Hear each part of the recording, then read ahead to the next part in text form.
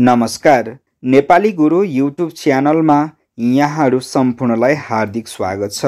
आजको कक्षामा हामी नेपाली व्यञ्जन वर्णहरूको वर्गीकरण बारे विशेष सामग्रीका साथ उपस्थित भएका छौँ। यतिन्जेलसम्म यहाँहरूले हाम्रो च्यानल सब्स्क्राइब गर्नु भएको छैन भने कृपया सब्स्क्राइब गरिदिनुहोला। यहाँहरूको सानो सहयोग हाम्रा निम्ति महत्त्वपूर्ण प्रेरणा बन्नेछ।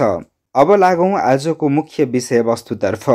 नेपाली भाषाका वर्णहरू स्वर र व्यञ्जन गरी दुई किसिमका छन्।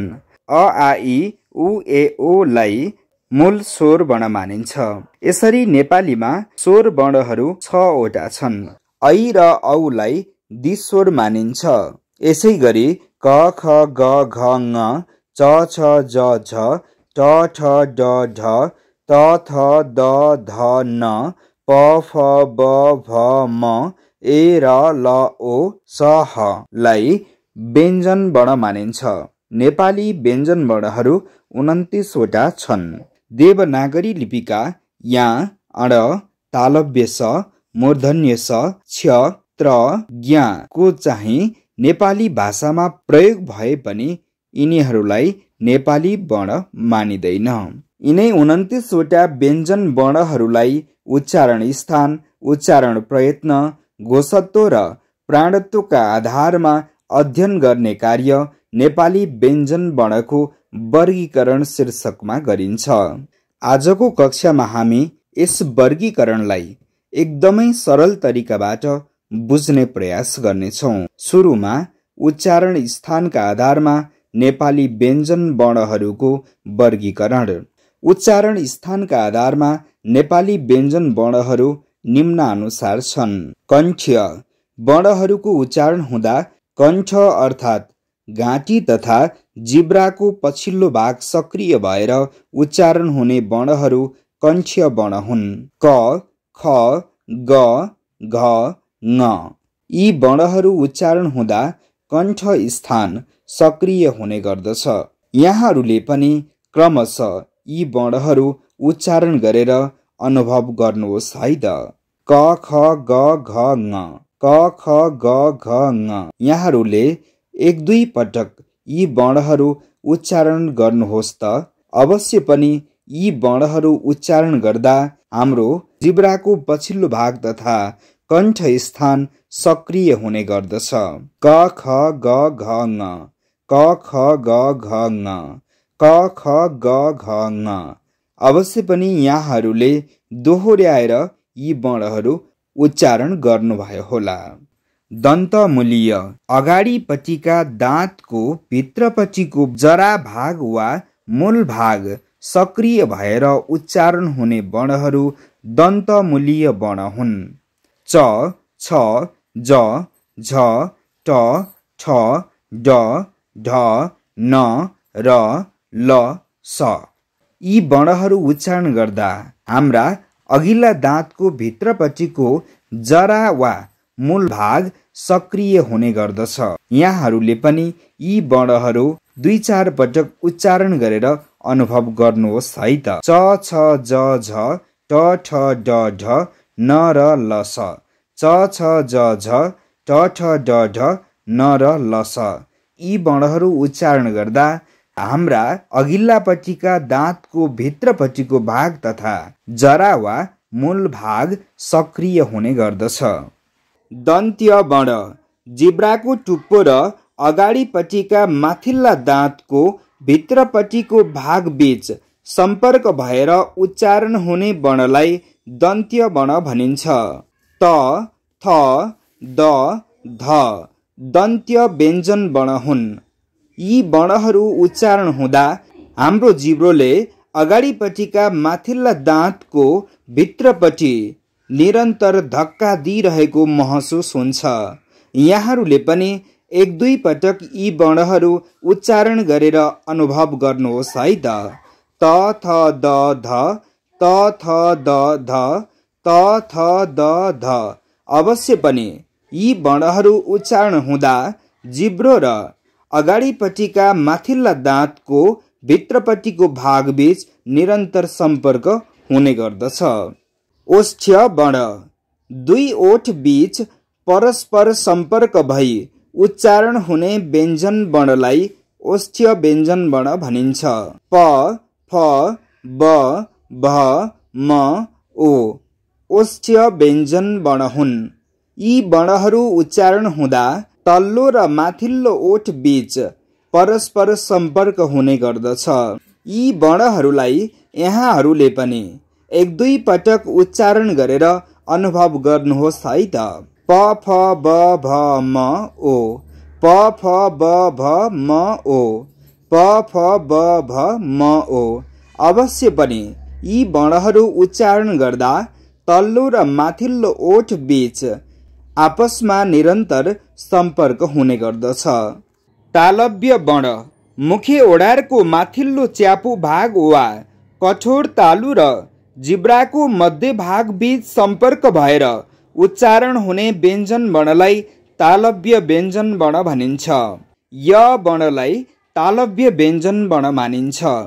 यस वर्णलाई यहाँहरूले पनि एक दुई पटक उच्चारण गरेर अनुभव गर्नुहोस् है त। य, य, य। अवश्य पनि यो वर्ण उच्चारण गर्दा हाम्रो जिब्राको मध्यभाग र माथिल्लो च्यापो भाग बीच परस्पर सम्पर्क हुने गर्दछ। स्वर यन्त्रमुखी वर्ण स्वर यन्त्रको मुखबाट उच्चारण हुने व्यञ्जन वर्णलाई स्वर यन्त्रमुखी व्यञ्जन वर्ण भनिन्छ। यो वर्ण उच्चारण हुँदा हाम्रो घाँटीको निकै तलपट्टिको भाग सक्रिय हुने हुँदा यसलाई अतिकण्ठ्य वर्ण पनि भनिन्छ। स्वर यन्त्रमुखी तथा अतिकण्ठ्य वर्ण हो। यहाँहरूले पनि यो वर्ण एक दुई पटक उच्चारण गरेर अनुभव गर्नुहोस् है त। अवश्य पनि यो वर्ण उच्चारण गर्दा हाम्रो घाँटीको निकै तलपट्टिको भाग अर्थात् स्वर यन्त्र नै सक्रिय हुने गर्दछ। उच्चारण प्रयत्नका आधारमा नेपाली व्यञ्जनको वर्गीकरण। फोक्साबाट श्वास बाहिर निस्कँदा उच्चारण अवयवहरू जोडिने, घस्रण हुने, थर्किने वा काँप्ने गर्दछन्। उच्चारण प्रक्रियामा देखा पर्ने उच्चारण अवयवहरू र सासको गतिको विविधतालाई नै उच्चारण प्रयत्न भनिन्छ। उच्चारण प्रयत्नका आधारमा नेपाली व्यञ्जनलाई निम्नानुसार वर्गीकरण गर्न सकिन्छ। स्पर्शी व्यञ्जन वर्ण उच्चारण हुँदा श्वास रोकिने र पुनः एक्कासी श्वास निस्किएर उच्चारण हुने व्यञ्जन वर्णलाई स्पर्शी व्यञ्जन वर्ण भनिन्छ। क, ख, ग, घ, ट, ठ, ड, ढ, त, थ, द, ध, प, फ, ब, भ। यी वर्णहरू यहाँहरूले पनि एक दुई पटक उच्चारण अभ्यास गर्नुहोस् है त। क, ख, ग, घ, ट, ठ, ड, ढ, त, थ, द, ध, प, फ, ब, भ। क, ख, ग, घ, ट, ठ, ड, ढ, त, थ, द, ध, प, फ, ब, भ। अवश्य पनि यी वर्णहरू उच्चारण गर्दा श्वास केही छिन रोकिएर एक्कासी बाहिर निस्किए पश्चात यी वर्णहरूको उच्चारण हुने गर्दछ। स्पर्श सङ्घर्षी व्यञ्जन वर्णहरूको उच्चारण गर्ने प्रक्रियामा उच्चारण अवयवहरूको स्पर्श र घर्षण समेत भई उच्चारण हुने व्यञ्जन वर्णलाई स्पर्श सङ्घर्षी व्यञ्जन भनिन्छ। च, छ, ज, झ स्पर्श सङ्घर्षी व्यञ्जन वर्ण हुन्। च, छ, ज, झ, च, छ, ज, झ, च, छ, ज, झ। यहाँहरूले पनि यी वर्णहरू एक दुई पटक उच्चारण अभ्यास गर्नुहोस् है त। अवश्य पनि यी वर्णहरू उच्चारण गर्दा उच्चारण अवयवहरू बीच स्पर्श र घर्षण हुने गर्दछ। सङ्घर्षी व्यञ्जन दुई उच्चारण अवयवहरू नजिक नजिकमा आई नजोडिने तर श्वासको घर्षण हुने अवस्थामा उच्चारण हुने वर्णलाई सङ्घर्षी व्यञ्जन वर्ण भनिन्छ। स, ह सङ्घर्षी व्यञ्जन वर्ण हुन्। यी वर्णहरू उच्चारण गर्दा दुई उच्चारण अवयवहरू जोडिँदैनन् तर श्वासको घर्षण भने हुने गर्दछ। स, ह स ह। यहाँहरूले पनि यी वर्णहरू एक दुई पटक उच्चारण अभ्यास गर्नुहोस् है त। नासिक्य व्यञ्जन। कोमल तालु अर्थात् च्यापु भाग केही तल झरेर नाकबाट श्वास बाहिर गई उच्चारण हुने व्यञ्जन वर्णलाई नासिक्य व्यञ्जन वर्ण भनिन्छ। ङ, न, म नासिक्य व्यञ्जन वर्ण हुन्। यी वर्णहरू उच्चारण गर्दा कोमल तालु केही तल झरेर नाकबाट श्वास बाहिर निस्कन्छ। यहाँहरूले पनि एक दुई पटक यी वर्णहरू उच्चारण गर्ने अभ्यास गर्नुहोस् है त। कम्पित व्यञ्जन। जिब्रो थरथराएर जिब्राको टुप्पाले वत्स्य स्थानमा छोई उच्चारण हुने व्यञ्जनलाई कम्पित व्यञ्जन वर्ण भनिन्छ र कम्पित व्यञ्जन वर्ण हो। यो वर्ण उच्चारण हुँदा जिब्रो थरथराउँछ र जिब्राको टुप्पोले वत्स्य स्थानमा छुने गर्दछ। यहाँहरूले पनि यो वर्ण एक दुई पटक उच्चारण अभ्यास गर्नुहोस् है त। पार्श्विक वर्ण। वर्ण उच्चारण हुँदा जिब्रो केही फराकिलो भई जिब्राको दुई छेउबाट श्वास निस्की उच्चारण हुने व्यञ्जनलाई पार्श्विक व्यञ्जन वर्ण भनिन्छ। ल पार्श्विक व्यञ्जन वर्ण हो। यहाँहरूले पनि यो वर्ण एक दुई पटक उच्चारण गरेर अनुभव गर्नुहोस् है त। ल अवश्य पनि यो वर्ण उच्चारण गर्दा जिब्रो केही फराकिलो बन्दछ र जिब्राको दुई छेउबाट श्वास बाहिर निस्कने गर्दछ। अर्ध स्वर। जिब्रो स्वर वर्णको उच्चारणमा हुने उचाइभन्दा माथि पुगी उच्चारण हुने वा सुरुमा स्वर जस्तै र अन्त्यमा व्यञ्जन जस्तै उच्चारण हुने व्यञ्जन वर्णलाई अर्धस्वर भनिन्छ। यसलाई अन्तस्थ वर्ण पनि भन्ने गरिन्छ। य ओ अर्धस्वर वर्ण हुन्। य ओ य ओ य ओ। यहाँहरूले पनि यी वर्णहरू एक दुई पटक उच्चारण अभ्यास गर्नुहोस् है त। घोषत्वका आधारमा वर्णहरूको वर्गीकरण। व्यञ्जन वर्णहरूको उच्चारणमा स्वर तन्त्रीको महत्त्वपूर्ण भूमिका हुने गर्दछ। स्वर तन्त्रीको भूमिकाका आधारमा व्यञ्जन वर्ण अघोष र सघोष गरी दुई प्रकारका छन्। स्वर चिम्टी नथर्किने र वायु मार्गमा धेरै अवरोध नआई उच्चारण हुने व्यञ्जन वर्णहरूलाई अघोष व्यञ्जन वर्ण भनिन्छ। अघोष व्यञ्जन वर्णहरू अन्तर्गत क, च, ट, त, प, ख, छ, ठ, थ, फ, स पर्दछन्। यसलाई यहाँहरूले पनि एक दुई पटक उच्चारण गर्ने अभ्यास गर्नुहोस् है त। क, च, ट, त, प, ख, छ, ठ, थ, फ, स। क, च, ट, त, प, ख, छ, ठ, थ, फ, स। यसरी हामीले एक दुई पटक यी वर्णहरूको उच्चारण गरेर पनि यी वर्णहरू अघोष हुन् भन्ने पत्ता लगाउन सक्छौं। अझ सजिलो किसिमबाट बुझ्नका लागि पहिलो र दोस्रो लहरका वर्णहरू र स वर्ण अघोष वर्णहरू हुन्। यसलाई निम्नानुसार बुझ्ने कोसिस गरौं।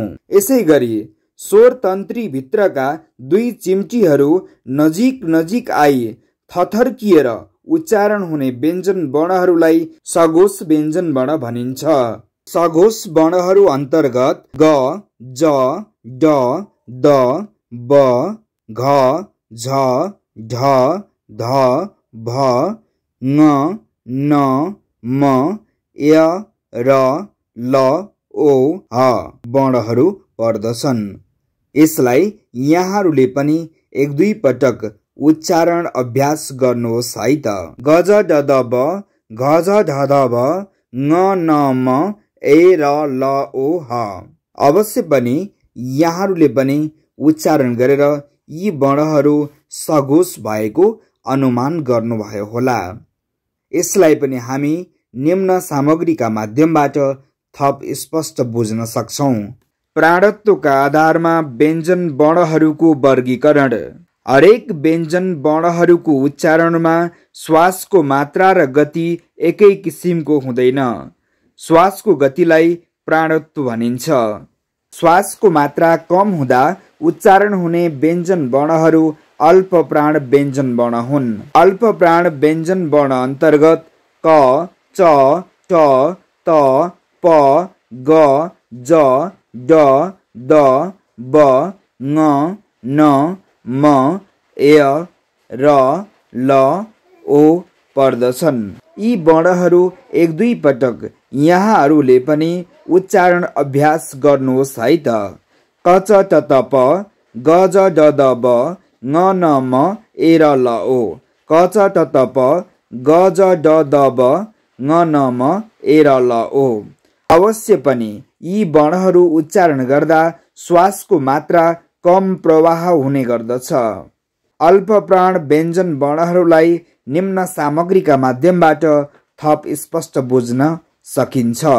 श्वासको मात्रा बढी हुँदा उच्चारण हुने व्यञ्जन वर्णहरू महाप्राण व्यञ्जन वर्ण हुन्। महाप्राण व्यञ्जन वर्णहरू अन्तर्गत ख, छ, ठ, थ, फ, घ, झ, ढ, ध, भ, स, ह वर्णहरू पर्दछन्। यी वर्णहरू यहाँहरूले पनि एक दुई पटक उच्चारण अभ्यास गर्नुहोस् है त। ख, छ, ठ, थ, फ, घ, झ, ढ, ध, भ, स, ह। ख, छ, ठ, थ, फ, घ, झ, ढ, ध, भ, स, ह। ख, छ, ठ, थ, फ, घ, झ, ढ, ध, भ, स, ह। अवश्य पनि यी वर्णहरू उच्चारण गर्दा श्वासको मात्रा बढी प्रवाह हुने गर्दछ। महाप्राण व्यञ्जन वर्णहरूलाई निम्नानुसार सामग्रीका माध्यमबाट थप स्पष्टसँग बुझ्न सकिन्छ। हवस् त आजको कक्षा यति नै। अर्को कक्षामा हामी नयाँ विषयका साथ पुनः उपस्थित हुने नै छौँ। तबसम्मका लागि आज्ञा दिनुहोस्। नमस्कार।